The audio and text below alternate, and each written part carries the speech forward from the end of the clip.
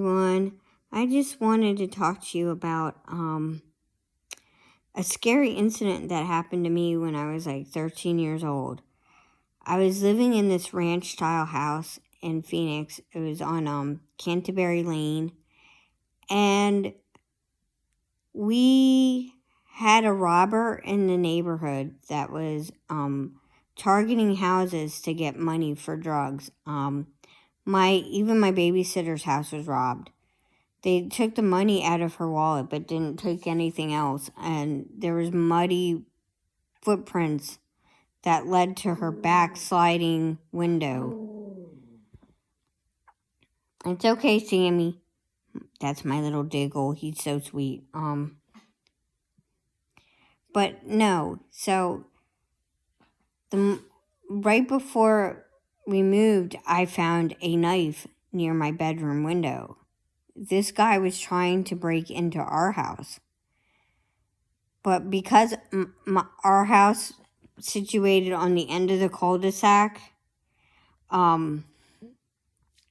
it was facing towards the road, so people who drove past our house could see into the front. So I think it scared him that people could see him in the front if he were to try to do anything. Sadly, after we had moved, my old house was robbed. Like, it was broken into. They eventually caught this guy hiding in bushes. He was doing all of this for drugs. And back in the 80s, drugs were very potent. The heroin was more pure. It wasn't laced with fentanyl like it is now. Cocaine was very pure too as well in the 80s. And a lot of people were addicted to those. Also, crystal meth.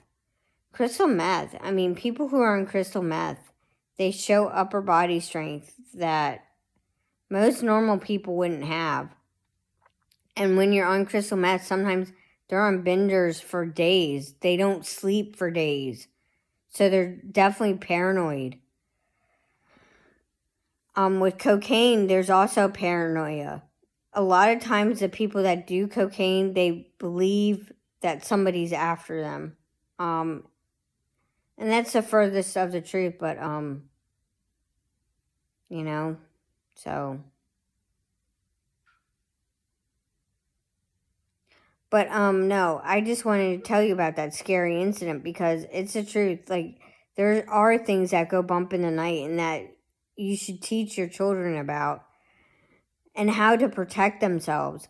Always keep your doors and windows locked at night because you never know who's lurking outside. Because that incident was very scary for me. I still have nightmares to this day finding that knife, and I gave it to my mom. I said, "Look, I found this outside near my bedroom," and she was freaked out a little bit, and even my babysitter was freaked out because here this guy came into the house while they were sleeping. Who knows what could have happened? So just be careful of your surroundings. Be aware if you feel like somebody's following you. Go into a business. Go into a well-lit area. If you're in your vehicle and you feel like somebody's following you, definitely go to a well-lit area and call the police. Because it may turn out that they could be used in... You could be used in human trafficking or something more nefarious. A lot of these drug cartels, they have kidnapped women. They have sex trafficked women. In Barbados, I'm sure there's a lot of trafficking rings in Barbados.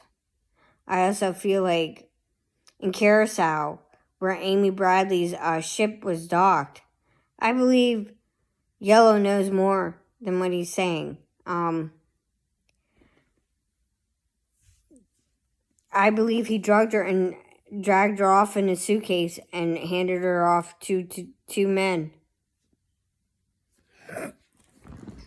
But I do feel like being aware of your surroundings is key to helping. But I did tell my mom about the knife that I found outside my bedroom window. That was scary. I mean, I always was afraid of the dark, so I always had a nightlight on, but like to this day I still get scared at night that somebody could break into my house or that somebody could target me for no reason. And you have these people that do target people for random acts of violence, which is not okay. So have a good day, enjoy your family, enjoy your friends, but I just wanted to tell you about that scary incident that I had when I was growing up at 13 before I moved to Delaware. Have a great day, enjoy, and enjoy time with your families. Today is supposed to be a nice day. Thank you and have a great day.